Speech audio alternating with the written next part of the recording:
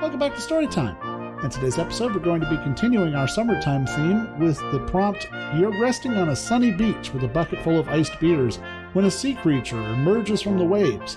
It sits down next to you, grabs a beer, cracks it open, takes a swig. The sea creature sighs and says, 'You would not believe the day I've been having.'" Comes from user AlexLogan Tentacles are more adept at holding beer than I would have suspected, I thought. I watched as the sea creature pulsating in the summer sun, and I wasn't sure if it was breathing like a human or if it was just very good at holding its breath while drinking. Its gills opened and closed slowly and steadily. Somewhere between astonishment, horror, and dread, human civility unexpectedly kicked in. "How are you?" I heard a voice from very far away. Upon review, I realized it wasn't from a distance. It was actually from my own strained vocal cords. The sea creature glanced at me and shook a few strands of eels out of its eyes. "You would not believe the day I've had." "Oh, yeah?" I said awkwardly. "I'm sorry to hear that." The creature shook its head and reached a gelatinous extremity out to me. "My name's Ted," it said. I looked at the extremity, at it, back to the extremity, back to its eyes before reaching out tentatively and grabbing it. It felt cool and disturbing on my skin. "Lori." "That's a pretty name," Ted said, before taking another sip of the beer he stole from my cooler. "That's certainly a lot prettier than Becky," it grumbled as it stared out at the waves. I did not know what to say. I looked up and down the beach, but no one seemed to notice I was sitting next to an oceanic monster. Who's Becky?" I asked. Ted snorted derisively, causing some water to drip down its jellied neck. "I thought I knew," he said. If you must know, Becky is in accounting." "Were you two involved?" I asked, not really sure what my role was in this conversation. "With Becky?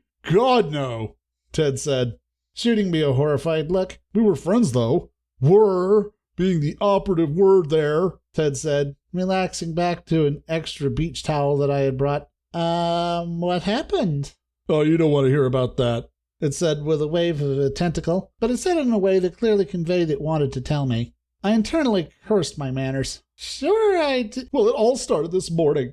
I come into work, I sit down, I hit the button to turn my workstation on," Ted explained. "I needed to go in early to finish the paperwork for a shipment from Friday, but wouldn't you guess, the computer needed to update. You just know that's going to take forever, too. And there's never a discernible difference, you know," Ted said, giving me a wide-eyed look. "Yeah." "So I'm waiting for what felt like hours, but it was more like 10 minutes. Either way, it finally turns on, so I get some coffee and sit down to do the work. Well, Becky has emailed me 6 times already. 6! Ted told me. Can you believe that? She couldn't walk 12 feet to just come tell me what she needed." It took a sip of his beer. Yeah, that's really..." "I know, right?" it said with its eyes bulging. "Right?" In my confusion, I realized I was letting my mouth gape open, which is ironic considering what I was talking to. I took a drink of my own beer and nodded, sensing that Ted didn't really need much from me. "So I walk over there, and I'm like, 'Becky, couldn't you come over to my desk?' And she's like, 'I have too much work to do, and you're holding me up.' So I say, 'Wouldn't it have been quicker to walk over or at least call? My computer was updating.' So she gets all mad at me and says she needs the spreadsheet I was supposed to have sent out by Thursday. But the thing is," Ted said, leaning in conspiratorially, "I wasn't supposed to send it on Thursday at all. It wasn't due until next week."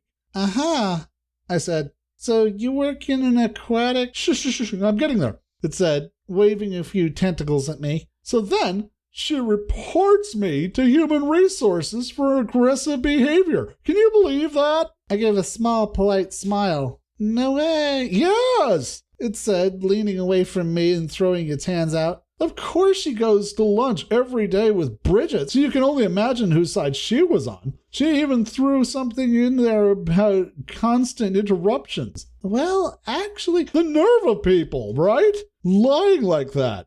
The creature named Ted took a long pull on its beer and stared at the sun as it was setting over the ocean. The water kept crashing down on the beach, sending continuous white noise towards us. The earth itself was begging me to fill the void that was once overflowing with the sea creature's words. Wow, that sounds like a really bad day so far. So far? That's the end of the story. I looked at the sea creature up and down pointedly.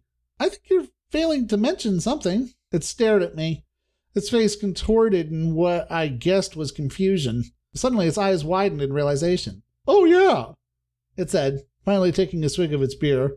It threw the empty bottle in the ocean. I don't think you're supposed to. Well, after work, I ran into a witch and was turned into a hideous sea creature, it said offhandedly. So yeah, pretty rotten day. Thank you so much for watching. If you enjoyed that episode, go ahead and hit that like button.